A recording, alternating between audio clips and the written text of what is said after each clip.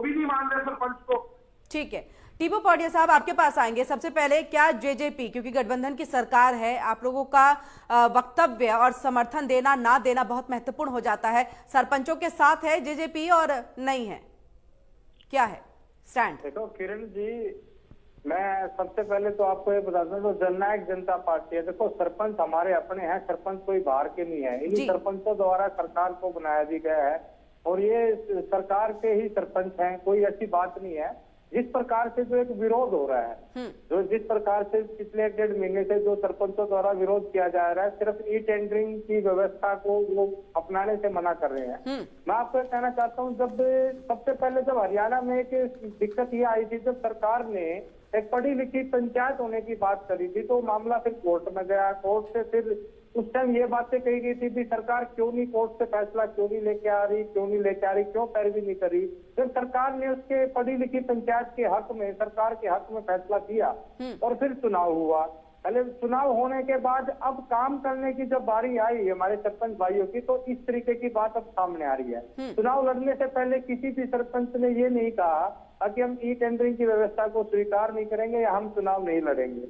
और रही बात जननायक जनता पार्टी की, जो हमारे उप मुख्यमंत्री दुष्यंत चौटाला जी हैं, ये स्पष्ट कर चुके हैं भाई कोई भी व्यवस्था जब आती है उसमें बड़ी दिक्कतें होती हैं थोड़ा एक्सेप्ट करने में। जैसे जीएसटी लागू की गई, उसका विरोध हुआ, फिर अनेकों सुविधा जीएसटी में चेंजेस लाए गए। इसी प्रकार अगर किसी प्रकार की इसमें दिक्कत आती है, अगर हमारे सरपंच भाइयों को कोई समस्या किसी प्रकार की आएगी या कोई इसमें बजट लैप्स होता है या कोई काम करने में किसी प्रकार की देरी होती है, तो बिल्कुल सरकार इस पर पुनर्विचार करेगी। बड़े से बड़े फैसले सरकार ने वापस किए हैं।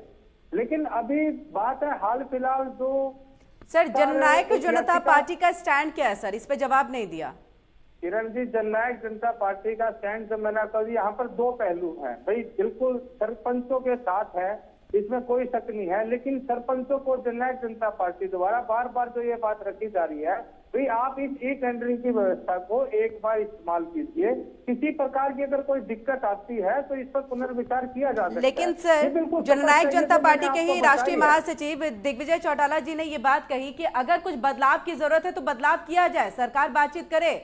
उन्होंने ये नहीं कहा कि पहले ई टेंडरिंग को आप लेकर के आइए, एक बार आप यूज करके देखिए, इस्तेमाल करके देखिए, दिक्कत आती है तो बदलाव करेंगे।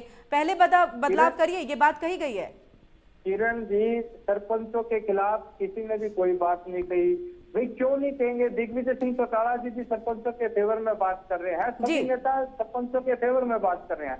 लेकिन यहाँ पर एक दूसरा पहलू देखने की तो बात है, सरकार क्या चाहती है। एक गांव का एक जो ग्रामीण, एक जो साधारण जो वोटर है, जिन्होंने इन जनप्रतिनिधियों को चुना है, वोट दी है, वो लोग क्या चाहते हैं। ठीक है, चलिए व्यवस्था है। ठीक है टीपू साहब, वक्त की यहाँ पर कमी है। विजेंद्र साहब आपसे हम 30 सेकंड